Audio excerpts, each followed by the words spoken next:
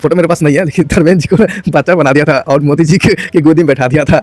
मतलब मोदी जी उनके डैडी से बने हुए हैं ऐसा प्रतीत करवा रहा था। अब तो देखिए फनी टाइप का फ़ोटो, उसे गोदी में बैठाया था कि मेरा बच्चा तुझे कुछ नहीं होगा, तुझे रिजाइन हर हाल में नहीं करने दूँगा। ऐसा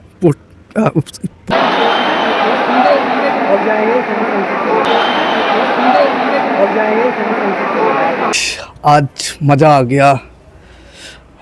और इस वीडियो को भले मैं बहुत ही बाद में पब्लिक करूं, लेकिन मुझे आज मज़ा आ गया। मैंने जंतर मंतर प्रोटेस्ट में पार्टिसिपेट कर लिया। मैं हर दिन सोचता था जाऊंगा, पर काम के प्रेशर, पढ़ाई के प्रेशर, फैमिली के प्रेशर के कारण मैं पार्टिसिपेट नहीं कर पाता था।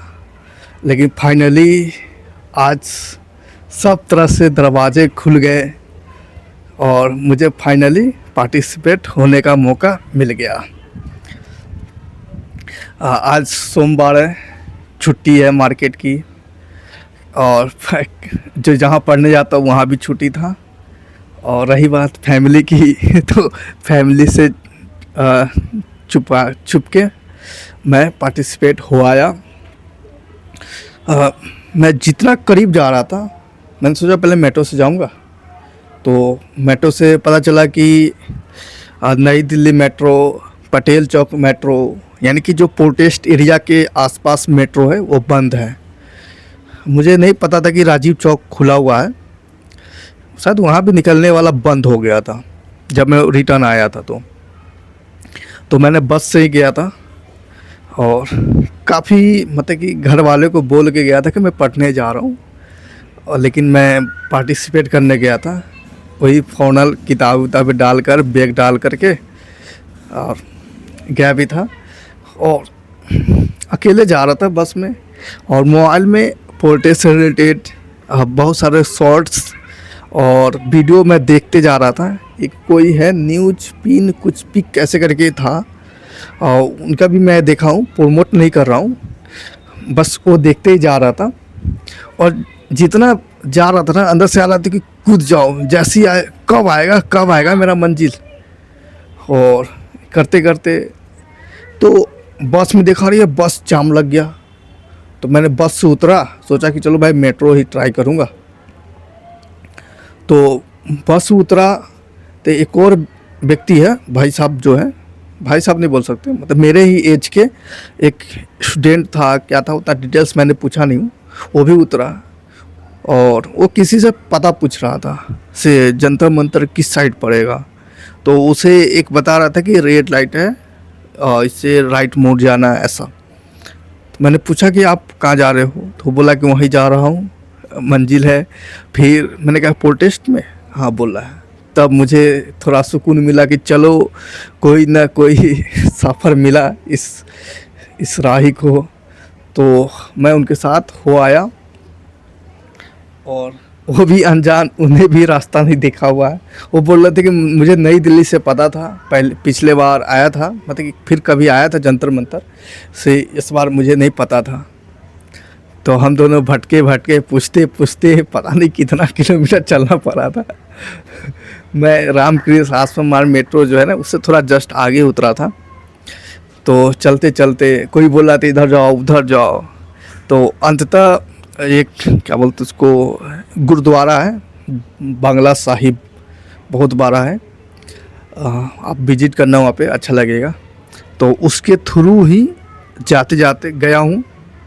और जितना पास जा रहा था, प्रोटेस्टर लोग कोई आ रहा था जा रहा था, इससे अंदर आ रहा था कैसा दिखेगा, क्योंकि उससे पहले मैं सिर्फ फ़ोन में देख रहा था कि भाई इस तरह से है, सीजेपी पार्टी प्रोटेस्ट कर रहा है, सोनम वांगचुक है प्रोटेस्ट कर रहा है। मुझे अफसोस भी है, मैं बताऊंगा आपको, अभी वीडियो में बने रहिए।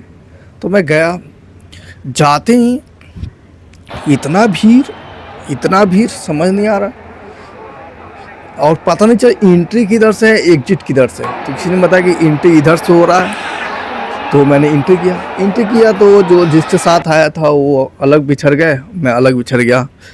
और अंदर जाते जा रहा था, सिर्फ लोग ही लोग दिख रहा था, मुझे एंट्री नहीं पता चला कि कब ख़त्म होगा। जितना अंदर जा रहा था उतना ही लोगों की भीड़, कचकच, लोग मतलब स्टूडेंट युवा यूथ का भीड़ बहुत ज़्यादा था। सब नारे वो मतलब गाली टाइप के भी नारे थे। आपको सुनोगे तो हंसी भी लगेगा, लेकिन एक्चुअल में वो गाली नेता लोग डिजर्व करते हैं। उस पर शायद कुछ ऐसा हो परफेक्ट सिचुएशन का फिट बैठ रहा था। जैसा वो डायलॉग बोल रहे थे ना, नीम का पत्ता करवा, एक्चुअल में वहाँ पे ना नीम का ही पेड़ ही था सब जगह। ऊपर देखने पर पूरा नीम का ही पेड़ दिख रहा था, और उसी पे ये डायलॉग फिट बैठा दिया था। पुलिस लोग भी बहुत सारा था, उसके डंडे बाप रे, और बंदूक भी था, लाठी भी था, बहुत सारा चीज़ था। पर मुझे अफसोस इस बात का है कि मैं फाइनल जो एंड होता है वहाँ पे नहीं पहुँच पाया। कि एक्चुअल में मैं जो सीजेपी का जो मेन लीडर है, क्या नाम है, अभिजीत कुछ करके, उस मेन जगह पे नहीं पहुँच पाया क्योंकि इतना ज़्यादा क्राउड था कि मैं जितना अंदर जा रहा था उतना एक्चुअली मुझे पता भी नहीं था कि ये मेन गेट पे जाएगा, जहाँ पे एक्चुअली हो रहा है, मेन सेंटर है वहाँ पे जाना है। कुछ नहीं पता चला था, फिर भी ट्राई किया, जाते गया। सो फाइनली वहाँ से अंदर जाना अलाउ नहीं था। पीला करके कुछ होता है ना, उसको बोलते हैं ब्रेकर या स्टॉपर कुछ बोल दो, उससे वो था। और बस रुक गया, नाराबाजी किया, और पसीने से इतना शरीर भीग जा रहा था, और ऊपर से गरीबों वाली टी शर्ट में पहना था क्या आदत है ना, तो इसमें गर्मी इतना डालता है, ऊपर से बैग पीछे ला के, फिर भी लेकिन अच्छा लग रहा था। मतलब ऐसा लग रहा था कि कोई अच्छा सा जगह पे हो, मतलब कि आप किसी शादी में जाओ, वहाँ पे भीड़ होगी, या कहीं पे जाओ, मतलब कि प्रोटेस्ट वाले जगह पे जाने पे ना थोड़ा एनर्जेटिक फील हो रहा था, ऐसा लग रहा था, अच्छा लग रहा था, जी कर रहा था वहीं पे रह जाओ। पर घर वाले से मैं छुपा के आया था तो उन्हें पता ना चल जाए, तो कुछ पल बाद मैं वापस आ गया हूँ। ऐसे मैं चाह रहा था कि वहाँ पे रहूँ,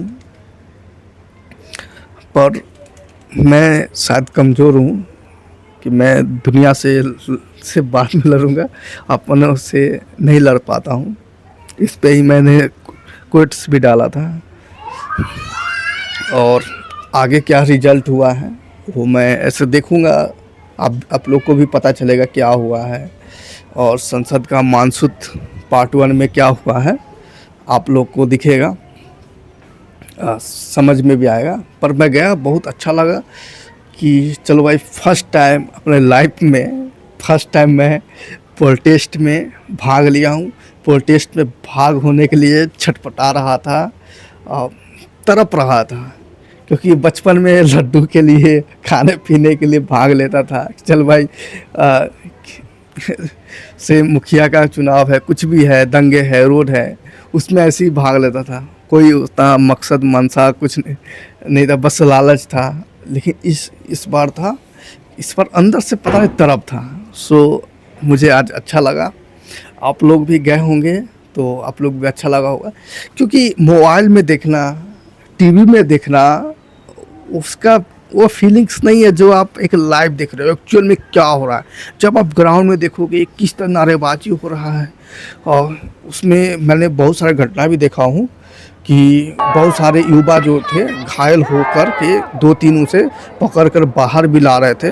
शायद लाठी चार्ज हो रहा था, लाठी से मारा गया होगा, और शायद घायल भी होंगे, दम भी घुट रहा होगा, क्योंकि बहुत ज़्यादा, मतलब कि आप जहाँ नज़र घुमाओ आपको सिर्फ युवा ही दिखेगा, मतलब कि वहाँ पे प्रोटेस्टर ही दिखेगा, मतलब कि सब प्रोटेस्ट ही कर रहे हैं।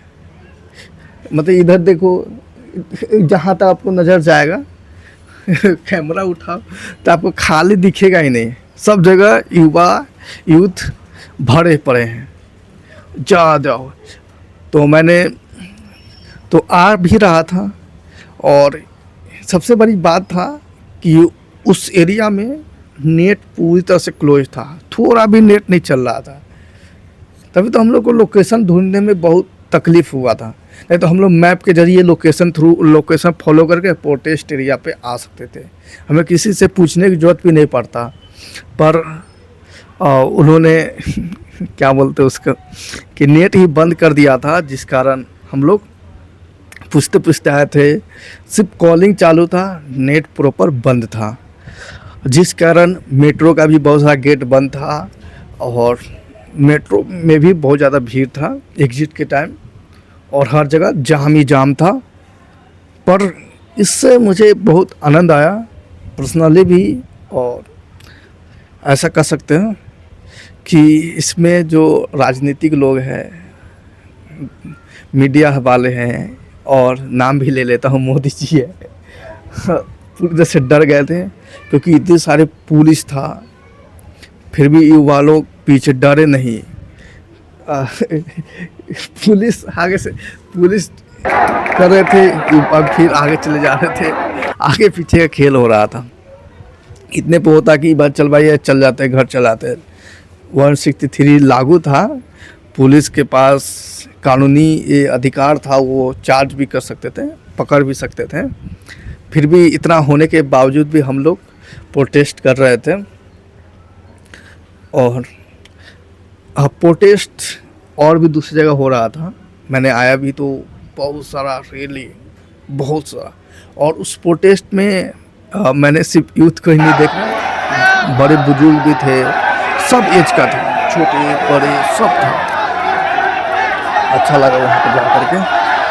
और मुझे ऐसा लगता है कि इसका इम्पैक्ट जो है, जो मानसून सत्र चला है उसमें इसकी बात उठाई जाएगी। धर्मेंद्र प्रधान जी को जी हटा दो, बाहर में गया, गाली देने का मन कर रहा है। लेकिन मैंने वहाँ पे गया तो फ़ोटो देखा ना, तो बहुत मज़ा आ रहा था उसमें। फ़ोटो मेरे पास नहीं है, लेकिन धर्मेंद्र जी को ना बच्चा बना दिया था और मोदी जी के गोदी में बैठा दिया था। मतलब मोदी जी उनके डैडी से बने हुए हैं ऐसा प्रतीत करवा रहा था। आपको फनी टाइप का फ़ोटो था, मुझे बताते हुए इतनी हंसी आ रही है, आप लोग देखते तो आपको कितना हंसी आता है। मतलब मोदी जी धर्मेंद्र जी को फिर जी लगा दिया मैंने। आदत ही है, रिस्पेक्ट देने की भावना अंदर है। तो मोदी ने उसे गोदी में बैठाया था कि मेरा बच्चा तुझे कुछ नहीं होगा, तुझे रिजाइन हर हाल में नहीं करने दूंगा, ऐसा पोस्टर से प्रतीत हो रहा था। खैर जो भी हो, अब इसका हम लोग को इंतज़ार है कि मानसून सत्र में क्या आवाज़ उठाया गया है और धर्मेंद्र प्रधान जी को रिजाइन कब तक। ऐसे ये प्रोटेस्ट कंटिन्यू रहेगा।